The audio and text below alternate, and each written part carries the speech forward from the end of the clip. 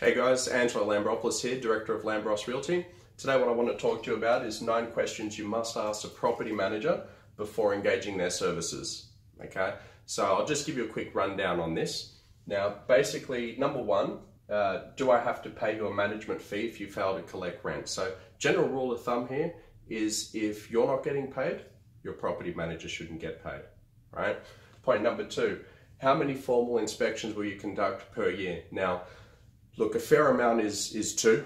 Obviously, you don't really want to be doing any more than that because it can become quite intervening if you've got a very good tenant. Obviously, you should use your discretion there. If you feel that 4 inspections should be conducted per year, so be it. But obviously, you want to ask your property manager and their reasoning as to why they've come up with whatever suggestion may be.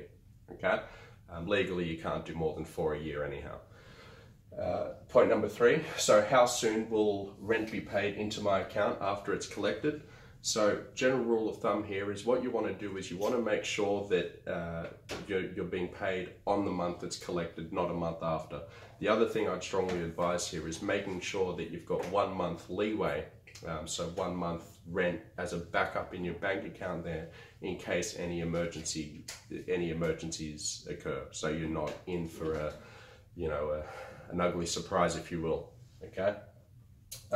4, what is your policy on maintenance? So you want to ask them, when will you contact me for approval?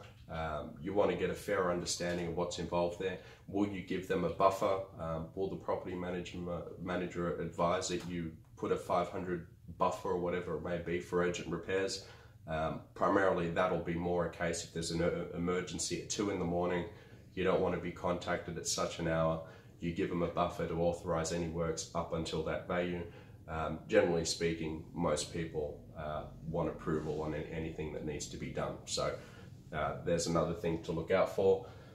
What is your policy on debt collection if tenants are responsible? So what you want to do is make sure that your property manager will obviously lodge the actual amount to the debt recovery office for you, and obviously take care of that to make sure that you're reimbursed for any debt collection that's outstanding. That's not something you want to chase. Okay. Number 6, how will you market my property?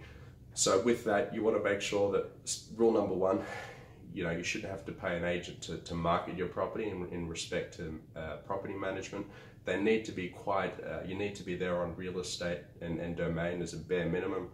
Also, we're in an age now where they should be active on obviously Instagram, Facebook, those social media platforms that engage a lot of traffic. Costs nothing, but the reach is massive. So you want to make sure you've got somebody that's got a compelling marketing strategy, and you want to make sure that they're not charging you for it either. Okay. How often can I expect to hear from you?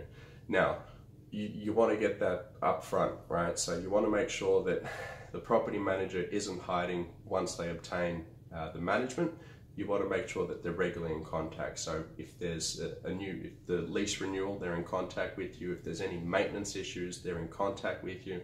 If there's and I guess as a general rule of courtesy, it wouldn't hurt for a property manager to contact the tenant every 3 months to see how they're going, to be proactive in the way they're approaching things, and obviously getting back to you thereafter, right, with how it's going. So I guess being proactive is going to prevent problems later on. It definitely helps to do so, and especially if you're conducting those inspections twice a year, right? Number 8, if a tenant leaves my property in poor condition, how will you handle that? So basically, you want to make sure that a property manager's got the necessary steps in place to obviously look after that for you. Basically, what they'll do is they'll handle the process from the get-go. They'll guide you through it. And what they'll do is they'll get it in a manner that's easy to rent as soon as possible. Okay. And number 9, how much will my property lease for and why? You want a property manager that's obviously got extensive knowledge on the property market, not just the local area. You want to see external factors that are interesting, that are affecting the rents across the board. You want to see statistical trends. You don't just want to see comparables there, because often speaking, today's data is old news. Okay, so I hope that gives you a rundown, just a quick one today. If you have any further questions concerning this, please feel free to call me, Angelo Lambropoulos, Director of Lambros Realty, on 029481 0999.